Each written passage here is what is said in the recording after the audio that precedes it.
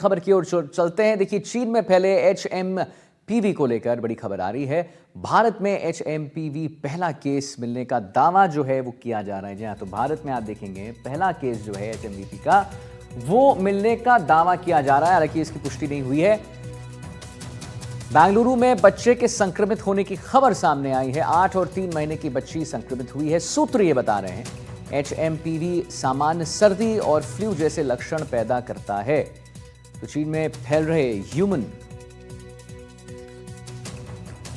Metapneumovirus संक्रमण की भारत में दस्तक हो चुकी है। केंद्रीय स्वास्थ्य मंत्रालय ने कहा है कि भारतीय आयुर्विज्ञान अनुसंधान परिषद ने कर्नाटक में 2 बच्चों में HMPV संक्रमण पाया है। 3 महीने की बच्ची और 8 महीने के बच्चे के संक्रमण मिले हैं। वहीं केस मिलने के बाद कर्नाटक के स्वास्थ्य मंत्री ने आपदा बैठक बुलाई है। चीन में इन दिनों ह्यूमन मेटान्यूमोवायरस का प्रकोप देखने को मिल रहा है। वायरस से बड़ी संख्या में लोगों की जान जाने की खबर सामने आ रही है। इसे लेकर भारत में भी स्वास्थ्य मंत्रालय ने कड़ी निगरानी शुरू कर दी है। कई राज्यों ने एडवाइजरी भी जारी कर दी है, अलर्ट भी जारी कर दिया है। इसके साथ ही भारत में HMPV वायरस के 2 केस सामने आए हैं। मंत्रालय ने कहा है कि बेंगलुरु के एक अस्पताल में 3 महीने की एक बच्ची को ब्रोंकनियोमिनिया बीमारी के इलाज के लिए भर्ती कराया गया। बच्ची में HMPV होने की जानकारी मिली है, उसे छुट्टी दे दी गई है। इसी अस्पताल में 8 महीने के बच्चे में भी ये जो संक्रमण है वो पाया गया है। उसका 3 जनवरी 2025 को नमूना लिया गया था। बच्चे की हालत भी ठीक है। दोनों संक्रमित बच्चों और उनके परिजनों का कोई भी अंतर्राष्ट्रीय यात्रा का इतिहास नहीं रहा है। तो ये एक बात बड़ी सामने आ रही है कि देखिए, दोनों संक्रमित बच्चों और उनके परिजनों का, परिवार का, माँ का, पिता का कोई भी अंतर्राष्ट्रीय यात्रा का जो इतिहास है वो नहीं रहा है।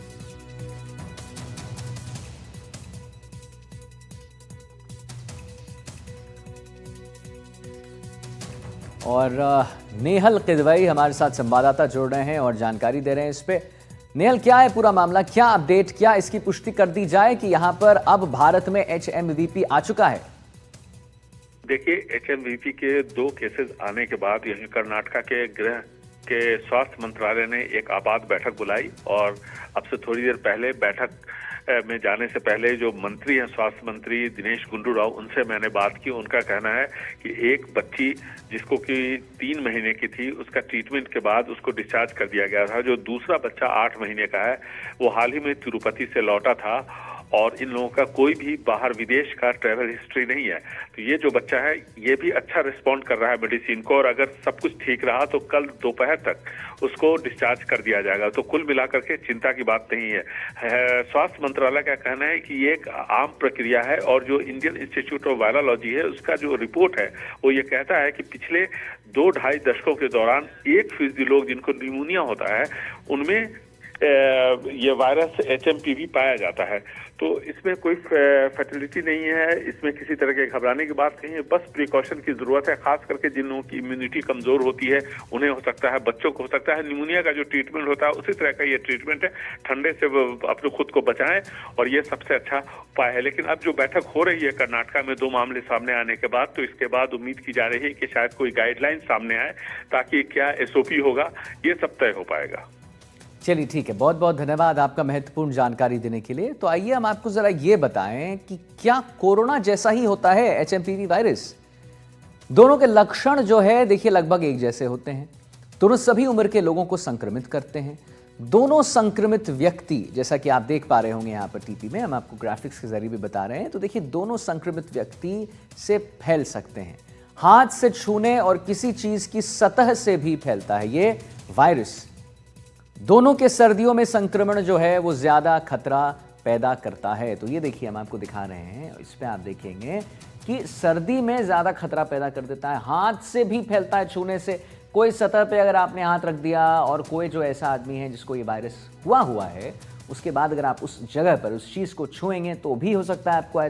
लेकिन एक बात हम आपको जरा बता दें कि ये ना बिल्कुल ऐसा नहीं है, ये बहुत घबराने वाली बात नहीं है, क्योंकि कोरोना की तरह ये नहीं है। इसमें हाँ, बड़ी बात ये है कि अगर आपका इम्यूनिटी कम होगा तो प्रॉब्लम हो सकता है।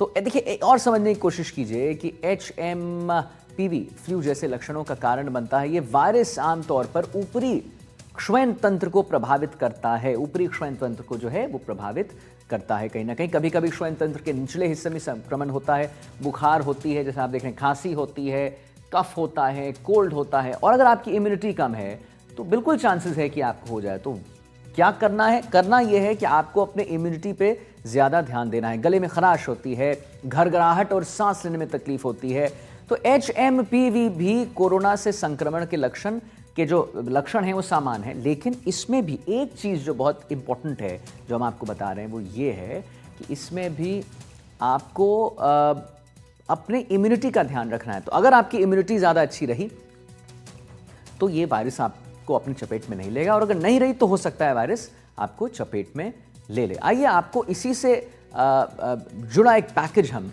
दिखाते हैं, उसमें सारी जानकारी आपको प्राप्त होगी।